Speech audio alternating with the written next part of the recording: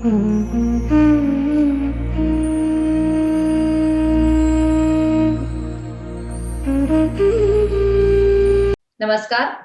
मैं वर्षा अनाहत interview series के दूसरे सत्र में आप सभी दर्शकों का स्वागत करती हूँ। भारत की शास्त्रीय नृत्य शैलियों में से एक है कथक और प्राचीन काल से अब तक कथक ने जितने बदलाव देखे हैं और जितने बदलावों को स्वीकारा है, उतने शायद ही किसी दूसरे नृत्य शैली ने किए होंगे।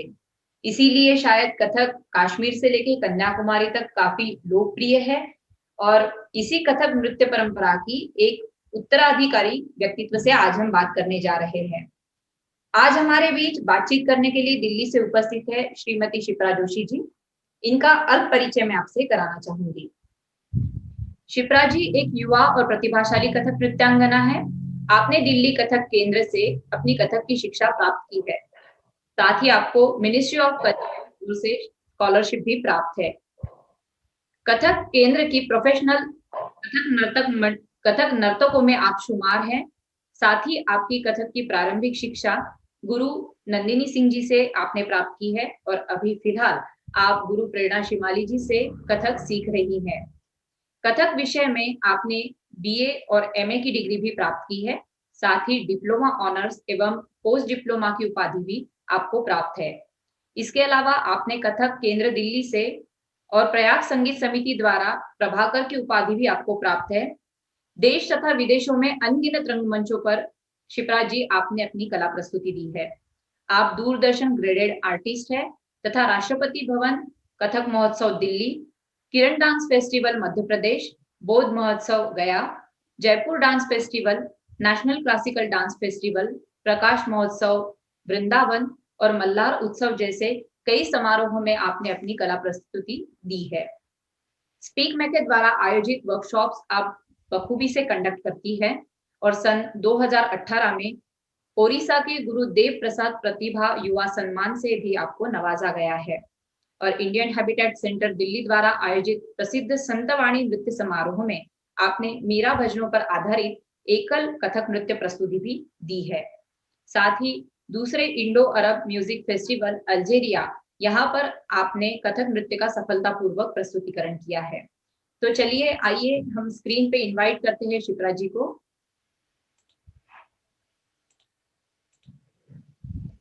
नमस्कार शिप्रा जी, अनाहत इंटरव्यू सीरीज में आपका बहुत बहुत स्वागत है। थैंक यू वर्षा जी। और मैं बहुत खुश हूँ कि आपने अनाहत सीरीज के लिए मुझे इनवाइट किया और आज हम कुछ शायद अच्छी बातें करेंगे, खूब सारी। और एक ये भी है कि ऑलमोस्ट एक साल के बाद शायद मैं आपसे मिल रही हूँ और अब वर्चुअली मिल रही हूँ कोविड की वजह से। बट ठीक है, इसमें भी कुछ नया निकलेगा शायद, होपफुली। जी जी जी, मैं भी यही आशा करके आपसे बातचीत कर रही हूँ कि हमारे जो दर्शक है उनको आपसे कुछ प्रेरणा मिले, आपसे कुछ उन्हें सीखने को मिले। तो चलिए शिप्रा जी, हम इंटरव्यू की शुरुआत करते हैं। शिप्रा जी, आप दिल्ली में ही पली बड़ी है क्या, और आपका नृत्य का जो जर्नी है वो किस तरीके से शुरू हुआ, इसके बारे में हमें थोड़ा डिटेल में बताइए। नहीं, मैं दिल्ली से नहीं हूँ, मैं बेसिकली उत्तराखंड से हूँ, हल्द्वानी से हूँ। और मेरी जो नृत्य की शिक्षा थी वो शुरू भी हल्द्वानी से ही हुई थी। क्लास 5th में मैं थी जब मैंने वहाँ पर एक डांस स्कूल में एडमिशन लिया था। नया नया ही वो स्कूल तब वहाँ पे खुला था। और जो मेरी पहली कथक टीचर थी उनका नाम है श्रीमती मीनू अग्रवाल बिष्ट। वो भी कथक केंद्र से ही पास आउट हैं। उन्होंने महाराज जी के सानिध्य में यहाँ से डिप्लोमा ऑनर्स किया था एंड वापस आकर उन्होंने वहाँ पे अपनी कथक की कक्षा शुरू की थी। तो मैं उस टाइम पर एक रियलिटी शो आता था बूगी वूगी करके, मैं बहुत देखती थी उसको, बहुत फॉलो करती थी। और डांस जैसे होता है बचपन में एज अ हॉबी, हम सबको पसंद होता है कि हाँ डांस कर रहे हैं ये वो सो, तो मुझे भी डांस बहुत पसंद था, मतलब बहुत पसंद था। तो उसी के चलते थोड़ा मैंने घर पे जिद करी और मुझे वहाँ पे एडमिशन मिल गया और वहां से मेरी कथक की शुरुआत हुई। फिर क्लास 10 तक तो वो एक पेस के साथ में चला, बट फिर उसके बाद वही की बोर्ड्स हैं, पढ़ाई, एग्जाम्स, इस सब के चलते मेरी जो डांस की जो जर्नी थी उसमें एक वहां पर एक ब्रेक आ गया। और अच्छा खासा लंबा ब्रेक था, क्योंकि फिर उसके बाद मैं ग्रेजुएशन तक उसको वापस शुरू कर ही नहीं पाई। जी। इनफैक्ट मेरा जो प्रभाकर है वो भी मैंने ग्रेजुएशन के बाद में कंप्लीट किया। फिर 2010 में मैं दिल्ली आई थी। इनफैक्ट दिल्ली भी मैं ग्रेजुएशन एंड पोस्ट ग्रेजुएशन का भी फर्स्ट ईयर करके मैं यहाँ आई थी। तो प्रोफेशनल जो मेरा डांस में जो मेरी शुरुआत हुई, या जो मैं कहूँ कि मेरी जो एडवांस ट्रेनिंग थी प्रॉपर, वो काफी लेट हो गई थी। नॉर्मली मैंने यहाँ कथक केंद्र में देखा है कि बच्चे फाउंडेशन कोर्सेज से ही कथक केंद्र ज्वाइन कर लेते हैं, या फिर क्लास 12 के बाद वो यहाँ पे ज्वाइन कर लेते हैं, जबकि मेरे केस में थोड़ा सा उल्टा था, मैं काफी लेट हो गई थी। तो 2010 में मैं मुझे कथक केंद्र में एडमिशन मिला था, और मेरी जो प्रथम मेरी गुरु थी वो थी गुरु श्रीमती नंदिनी सिंह जी। तो डिप्लोमा ऑनर्स के पहले 2 वर्ष मैंने उनसे सीखा है, और तृतीय वर्ष में मैं मेरी गुरुजी गुरु प्रेरणा शमाली जी के अंडर मैंने सीखना शुरू किया था, और तब से मैं अभी तक उन्हीं के पास में हूँ। तो वो एक मेरी जर्नी थी जो यहाँ से शुरू हुई और अभी तक जारी है एडवांस ट्रेनिंग की। तो ऐसे मेरी डांस करियर की शुरुआत हुई। अच्छा, शिप्रा जी, आपने अभी आपके गुरु जी का जिक्र किया। आप गुरु प्रेरणा शिमाली जी से कथक नृत्य की शिक्षा प्राप्त कर रही हैं। अ, एक गुरु करके उनसे आपको क्या हासिल हुआ और उनके साथ आपके कैसे अनुभव रहे, तो हमारे दर्शकों के साथ जरा साझा कीजिए। जी। अनुभव तो बहुत सारे हैं वर्षा जी, मैं क्या-क्या बोलूँ, बट थोड़ा-सा ब्रीफ में ये ज़रूर बताऊँगी कि अम, अ, कथक मैंने सीखना काफ़ी पहले से शुरू कर दिया था, बट एक्चुअली कथक की जो डेप्थ है, वो मुझे जो समझ आई कथक को लेकर, वो मुझे गुरुजी के पास आने के बाद में ही आई। तो कथक को देख जो नज़रिया है वो एकदम से बदल गया। जब मैंने उनसे सीखना शुरू किया उसके कुछ टाइम बाद वो एकदम से चेंज हुआ। जो पहले जो मुझे कथक में तेज़ी, तैयारी और ये सब अट्रैक्ट करती है एज़ अ लेमैन, जैसे जो सबको करता है, तो वो मुझे भी करता था, बहुत पसंद था, अभी भी पसंद है। बट एक्चुअली कि कथक की अपनी जो डेप्थ है, जो उसकी बारीकियाँ हैं, वो क्या हैं, वो अब मुझे समझ आने लगा। और मेरे गुरुजी बोलती हैं अक्सर कि कथक की अपनी एक भाषा है, जैसे हर आर्ट फॉर्म की अपनी एक भाषा होती है, और कथक का अपना फील्ड इतना वास्ट है, उसमें सीखने, पढ़ने, कहने को इतना सारा कुछ है कि ये तो पता नहीं कब तक चलता रहेगा।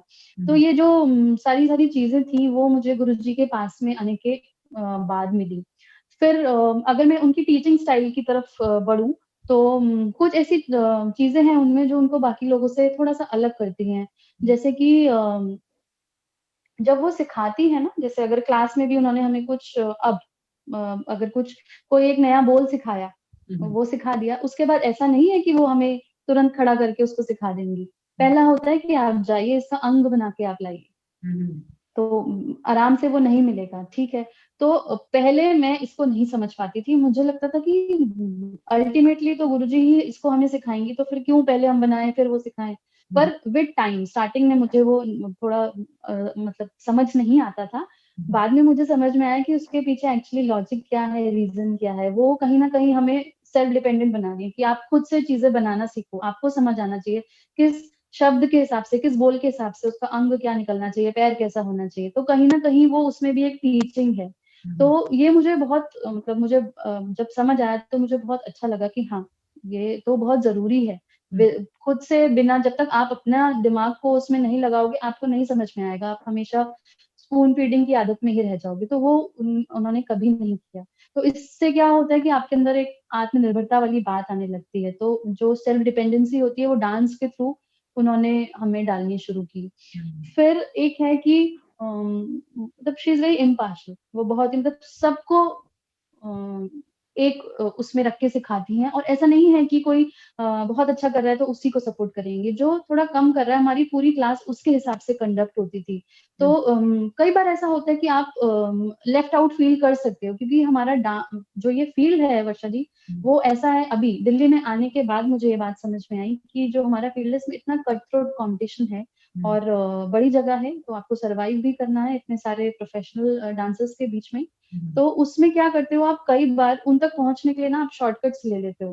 पर हमारी क्लास में वो चीज़ नहीं थी। जब मैंने उनसे सीखना शुरू किया, तो मुझे ये देखने ये मेरा पर्सनल ऑब्जर्वेशन था कि मैंने देखना शुरू किया कि किस तरीके से वो जो पूरी क्लास है वो सबसे जो कमजोर है उस बच्चे के हिसाब से कंडक्ट होती है।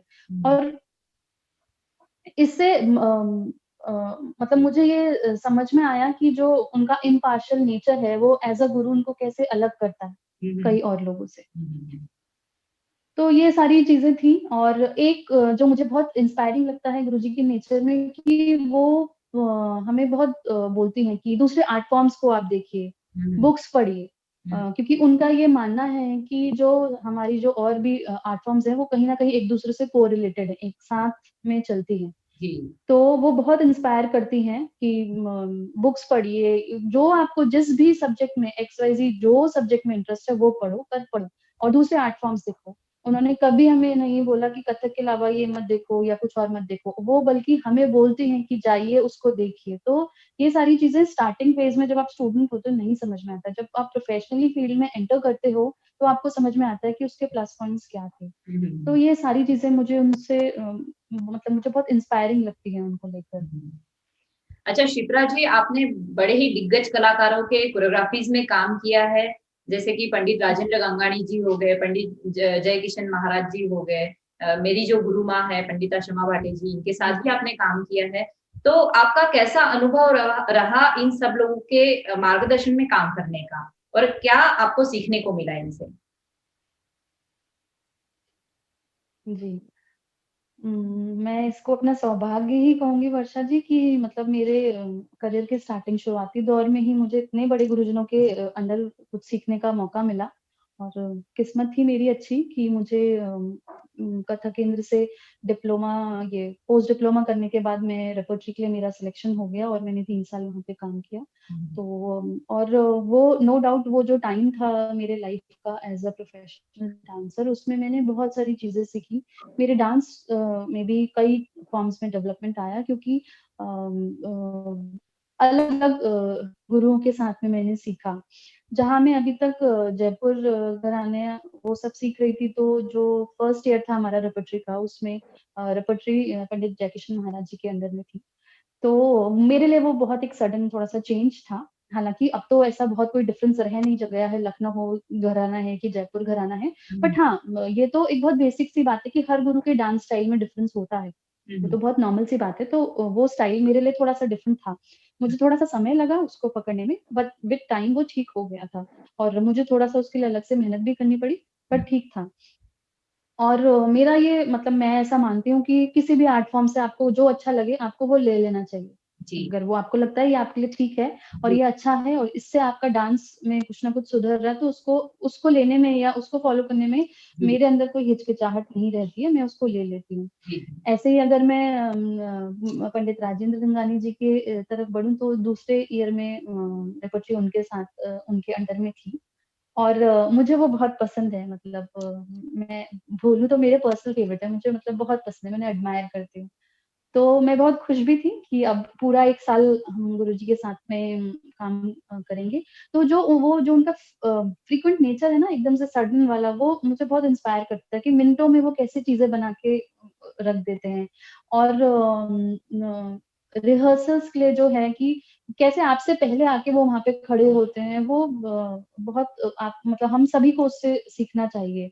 और उन्होंने एक बात बोली थी जो कि मुझे बहुत पसंद थी कि कुछ किसी शो को लेकर बात चल रही थी रेपर्टरी में, तो हम में से शायद हम लोगों में से किसी ने कहा होगा कि गुरुजी हम वो वाला आइटम कर लेते हैं ना? मैंने कहा क्यों? ताज़ा काटो और ताज़ा खाओ, फल कभी रखा हुआ खाना चाहिए क्या? तो कुछ नया बनाएँ। तो वो जो था वो मुझे बहुत अच्छा लगता है। मतलब मैं उसको मुझे बहुत पसंद है उनका वो आदत जो उनमें जो है वो फ्रीक्वेंट से एकदम से और जल्दी-जल्दी चीज़ें जो बना लेते हैं, लय, ताल ये वो मुझे वो बहुत पसंद है। और फिर आपकी गुरु माँ श्यामा ताई के साथ में मैंने काम किया, तो उनके साथ में मेरा एक इमोशनल अटैचमेंट बना और वो कैसे बना क्योंकि कुछ टाइम था ऐसा जो मैंने उनके साथ में कभी अकेले ऐसे कुछ 5-10 मिनट ऐसे बात हुई हो, तो उसमें उनकी जो कुछ-कुछ बातें थी ना वो मुझे ऐसे लगता था कि जैसे मेरी गुरुजी बोल बोल रही हैं। मैंने गुरुजी से भी ये चीज़ शेयर की थी और श्यामा ताई से भी कि जब आप बोलते हैं तो मुझे उनकी याद आती है ऐसे करके। तो और जो उनका और वही जो उनका सिखाने का तरीका है ना कि वो तब तक उस चीज को आपको सिखाएंगी जब तक वो सेटिस्फाइड नहीं है कि हाँ बच्चे को आ गया है, वो चाहे पढ़ंत हो, कुछ पैर का निकास हो। उनका स्टाइल भी बहुत डिफरेंट है, शमा ताई का जो अंग और वो है, वो मुझे बहुत अलग लगा था। तो उस टाइम पे वो एकदम नया सा था सब, उससे वो बहुत अट्रैक्ट करता था। जी तो उनसे मेरा जो इमोशनल अटैचमेंट है वो उस तरीके से हुआ। तो यही सारी चीजें थी, ऐसे ही छोटे बड़े अनुभव थे जो मुझे इन सब के साथ काम करके मिला। अच्छा। अच्छा, आप स्पीक मैके के द्वारा आयोजित जो वर्कशॉप्स होते हैं वो भी आप कंडक्ट करती है, तो सही में उन वर्कशॉप्स का देहातों में फायदा होता है क्या? बच्चे उसमें से सही में कुछ सीख पाते हैं या नहीं? मेरा जो पहला मैंने वर्कशॉप स्पीक मैके के साथ में, मतलब मैंने उसमें गुरुजी को असिस्ट किया था। मैं वो वर्कशॉप नहीं ले रही थी, मैं और मेरी एक बैचमेट है, हम दोनों गए थे उनके साथ। स्पीक मैके का इंटरनेशनल कन्वेंशन था आईआईटी मुंबई में, तो वहां से वो शुरू हुआ था। और वो तो काफी बड़े लेवल पे होता है, वो एक अलग चीज है। बाकी मेरे करियर की अपनी शुरुआत भी स्पिक मैके से ही हुई थी। और मैं स्पिक मैके की वर्कशॉप डेमोन्स्ट्रेशन के अंडर पैनल आर्टिस्ट हूँ। तो मैंने ट्रैवल किया है काफी स्पिक मैके के थ्रू इन वर्कशॉप डेमोन्स्ट्रेशन के लिए। और वो उस इस मॉड्यूल की खास बात ये है वर्षा जी की वो गवर्नमेंट स्कूल्स के लिए डिजाइन किया गया है। नॉर्मली हम देखते हैं कि प्राइवेट स्कूल्स में तो ये परफॉर्मेंसेज और ये सब होते रहते हैं, उनको कहीं ना कहीं उस चीज का आइडिया होता है। पर ये जो गांव देहात के बच्चे होते हैं ना, उन्होंने ना कभी देखा होता है ना सुना होता है, उनके लिए वो सिर्फ नाच है, डांस है।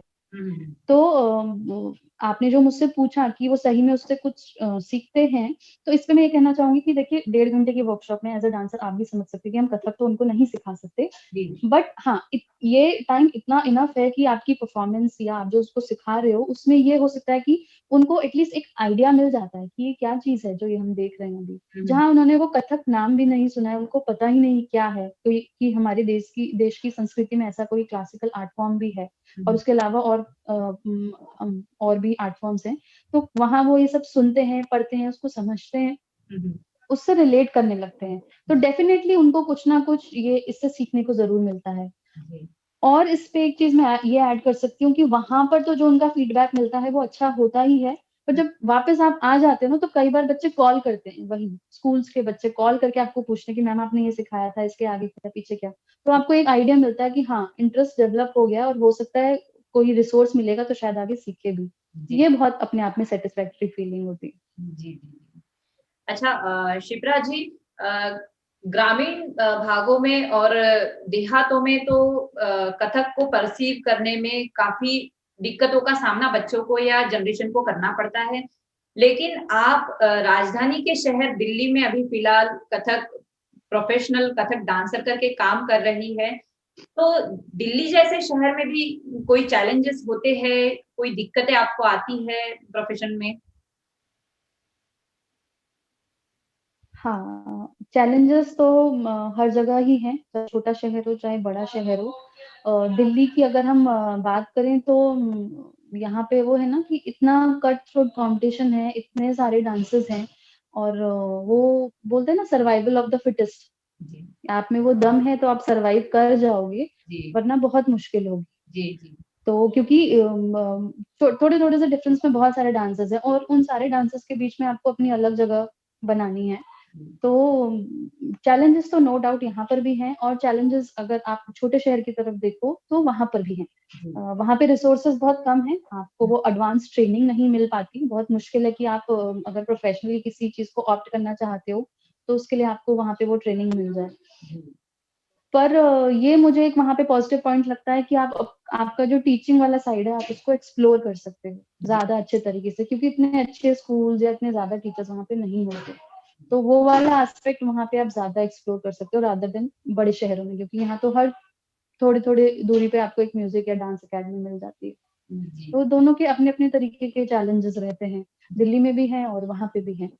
अच्छा। अच्छा शिप्रा जी, आपने कथक केंद्र में सीखा है, कथक केंद्र में बाहर विदेश से कुछ स्टूडेंट आते हैं स्कॉलरशिप के जरिए सीखने के लिए, और हमारे यहाँ के बच्चे होते हैं जो सालों साल कथक केंद्र में सीखते हैं, तो इसमें क्या फर्क होता है और आप इसको किस नजरिए से देखती है? इसमें मैं जो भी बोलूँगी वो मेरा अपना पर्सनल नज़रिया है, मेरा पर्सनल ऑब्ज़र्वेशन है जी, और मैं इसमें किसी के लिए कुछ नेगेटिव नहीं बोलना चाहूँगी। पर जो मैंने ऑब्ज़र्व किया है वहाँ पे सीखते हुए वो ये है कि जो बाहर से जो विदेशी स्टूडेंट्स आते हैं, वो स्कॉलरशिप में आते हैं आईसीएसई से कुछ 3 साल या 4 साल की वो स्कॉलरशिप होती है। जैसे अगर ऑनर्स कोर्स आप कर रहे हो, आपको 3 साल की स्कॉलरशिप मिल गई, फिर आपको आगे पीडी के लिए अगर वो स्कॉलरशिप मिल गई तो आप कंटिन्यू करोगे। तो मुझे क्या लगता है कि उनके पास ना टाइम कम होता है और उनको जो लेना है यहाँ से वो बहुत वास्ट है, बहुत ज़्यादा है। तो जी, उस कम समय में उनको वो सारा कुछ लेना होता है, तो जो उनकी मेहनत होती है ना वो बढ़ जाती है। हुँ, ऐसा मैंने नोटिस किया है, हो सकता है मैं इसमें मैं गलत भी हूँ, मैं किसी के लिए ऐसे नहीं बोल रही कि जो इंडियन स्टूडेंट्स होते हैं उनकी मेहनत कम है, वो भी इक्वली मेहनत करते हैं। पर सिंस उनके पास समय कम है तो जो उनको जो वो सारी चीज़ें लेनी है वो उसको कम समय में कैसे लेंगे उसके लिए जो उनका प्लान्ड वर्क होता है वो देखते ही बनता है क्योंकि मैंने भी उन लोगों के साथ में क्लासेस की हैं, हमारी पखावज की क्लास होती थी या जो हमारे बैच में भी 2-3 फॉरेनर्स थे। हुँ, और एक चीज़ ये है कि कहीं न कहीं क्योंकि ये हमारा अपना देश का है तो हम थोड़ा-सा उसको कभी हल्के में ले लेते हैं कि हमारा ही तो है, सीख लेंगे ना, कभी भी कर लेंगे। जी, ऐसे एक एक एटीट्यूड ये फ़ील होता है, हम सभी में ऐसा जी, मुझे ऐसा लगता है। उनमें ये चीज़ नहीं है, कहीं न कहीं मुझे ऐसा लगता है कि वो उसकी ज़्यादा वैल्यू कर जाते हैं और इसीलिए कम टाइम है, सीखना ज़्यादा है, हुँ, तो वो जो मेहनत होती है वो उनमें दिखती है अलग से। जी, जी, ये मेरा ऑब्ज़र्वेशन है उनको लेकर। जी, जी, जी। अच्छा शिप्रा जी एक नया टर्म अभी फिलहाल ट्रेंड में है बॉलीवुड कथक। तो ये बॉलीवुड कथक के बारे में आप क्या कहना चाहेंगी? क्योंकि बॉलीवुड भरतनाट्यम तो हमने कहीं सुना नहीं है, पर बॉलीवुड कथक काफ़ी सुनने को मिल रहा है, तो इसके बारे में क्या कहेंगी? अच्छा। जहाँ तक मेरी शिक्षा रही है वर्षा जी, तो मैंने ऐसा कुछ नहीं सीखा और मुझे ऐसा कोई टर्म पता भी नहीं है कि बॉलीवुड कथक भी कुछ होता है। बॉलीवुड होता है, कथक होता है। बॉलीवुड डांसिंग अलग है, इक्वली अच्छी है और कथक एक अलग डांस फॉर्म है। तो ये मेरा मेरा ये मानना है कि आप बॉलीवुड गानों में डांस करो, उसमें कोई हर्ज नहीं है, वो तो बहुत अच्छी चीज़ है। पर आप कथक के 2 स्टेप डाल के उसको कथक मत बोलो, जी, क्योंकि जो भी कथक डांसर है उसको बिल्कुल पता है कि ये कथक तो नहीं है, तो उसको 2 स्टेप उसके उसमें डाल के या घुंघरू पहन के डांस कर लेने से अगर आप वो बोल दोगे कि ये कथक है, तो वो नहीं है। जी, बॉलीवुड डांसिंग एक अलग चीज़ है और हमारा जो डांस फॉर्म है कथक वो बिल्कुल अलग है। जी, और मुझे ऐसा लगता है कि हमारे गुरुजनों ने बहुत मेहनत करी है पास्ट में उसको स्टेज तक लाने में, उसको वो दर्जा दिलाने में। तो फिर वापस आप इस तरीके से अगर उसको डाइल्यूट कर दोगे तो उनकी जो मेहनत है पुरानी वो सारी खराब हो गई। तो उसको उसके साथ मिक्स ना करें, बॉलीवुड अलग रखें, कथक अलग रखें। जी, उसको जी। बॉलीवुड कथक ना बोलें क्योंकि ऐसा कोई टर्म मुझे तो नहीं लगता कि है, मैंने तो नहीं सीखा। जी नहीं कथक के साथ ये नाइंसाफ़ी हमेशा ही होती आई है, जैसे कि हम जानते हैं कथक का अगर हम इतिहास देखें, तो हमें पता है कि मंदिरों से कथक को कैसे निकाला गया, फिर दरबारों में कैसे वो स्टेज कथक पे आए, आया? जी। फिर उसने हाँ। वो भी सह लिया कथक ने और फिर जाके हुँ, वो लोक हुँ। रंगमंच पे आया, अभी लोक रंगमंच पे आया है, तो लोग उसे स्क्रीन में ढालना चाहते हैं। तो ये थोड़ी-सी गलत बात है। आपने बिल्कुल सही कहा कि जो शास्त्रीयता है एक नृत्य शैली की, वो वैसी की वैसी ही रहनी चाहिए और जो बॉलीवुड है, हाँ, आप उसका थोड़ा-सा फ्यूज़न कर लें, थोड़ा-सा कुछ दूसरा कर लें, लेकिन उसे बॉलीवुड कथक नाम से ना पुकारें। जी, जी, ये हाँ, मतलब उसमें कथक ना जोड़ें क्योंकि वो कथक तो नहीं है। जैसे आपने स्टार्टिंग में एक लाइन बोली थी कि हम कथक ने जितने बदलाव अभी तक उसने लिए हैं, उसकी वज़ह से ही ये आर्ट फॉर्म इतना फ़ेमस है। जी, तो वही मैं भी बोलूँगी कि इतनी मेहनत लगी है बड़े गुरु लोगों की उसको जी, अलग से सस्टेन करने मुकाम तक में लाने के लिए, काफ़ी तो आप उसको इतना डाइल्यूट ना करो। जी, जी, हाँ जी। जी? सस्टेन करने में काफ़ी मेहनत लगी है, सब गुरुओं हाँ, ने हाँ, काफ़ी बिल्कुल। परिश्रम करके उसे वैसा के वैसे फ़ॉर्मेट में रखा है, तो ये हाँ। उनके सम्मान के बात है, जो आपने कही है अभी। बिल्कुल और वो ड्यूटी भी है हमारी कि हम उसको जी, उस तरीके से ही आगे लेके जाएँ। जी, जी, जी।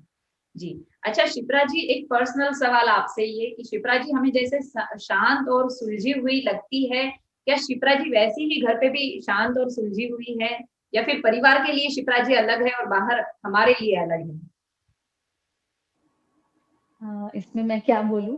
मैं शांत तो नहीं हूँ, आपको बहुत साफ-साफ शब्दों में बता दूँगी कि मैं बिल्कुल शांत नहीं हूँ।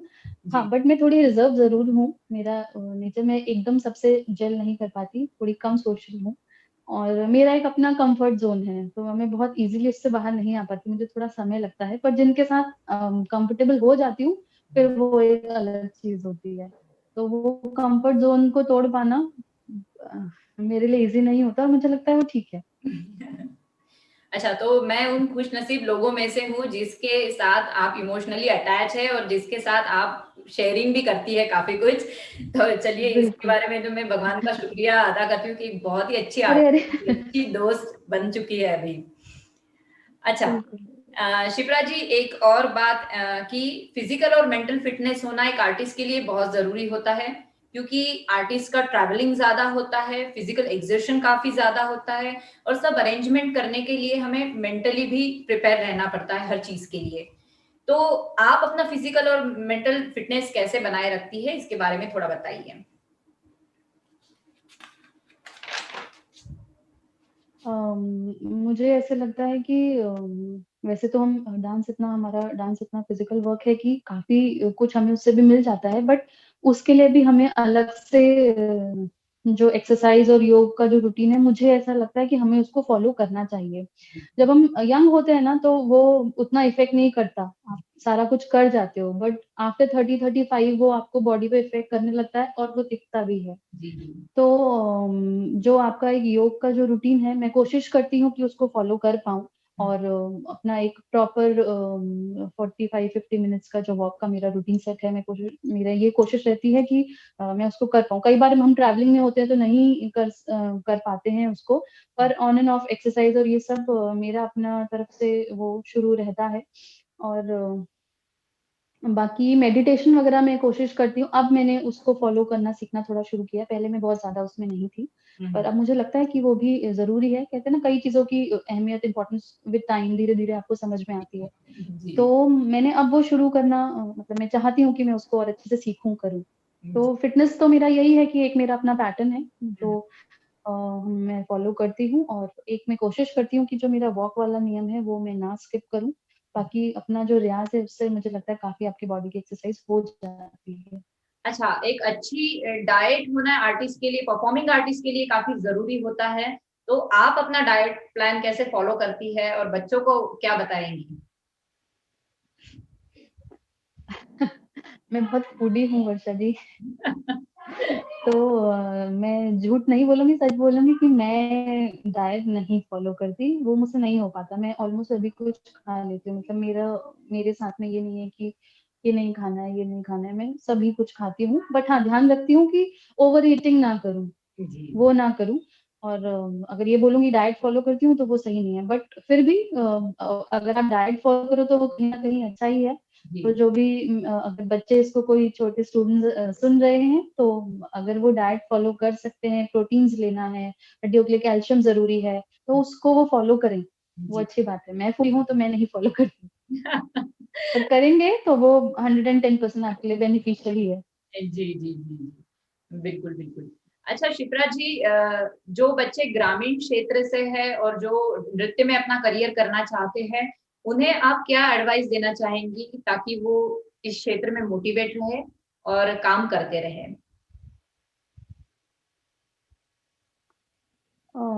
मैं भी छोटे शहर से ही हूँ, तो मेरा एडवाइस तो ये रहेगा कि अगर सच में आपको इच्छा है, आपका इंटरेस्ट है कि आपको ये ऐसा कोई आर्ट फ़ॉर्म सीखना है, आप उसको प्रोफ़ेशनली ऑप्ट करना चाहते हो, तो उसको छोड़ो मत। जी, नो डाउट स्ट्रगल्स बहुत सारे हैं, चैलेंजेस बहुत सारे हैं, जी, पर वो तो हर किसी फ़ील्ड में है। कथक या आर्ट फ़ील्ड के अपने स्ट्रगल्स हैं, तो एकेडमिकली अगर आप कुछ चूज़ करते हो तो उसके अपने स्ट्रगल्स हैं। उसमें भी ऐसा नहीं है कि आपने कुछ कोर्स किया और आपको छूटते ही वहाँ से जॉब मिल जाएगी।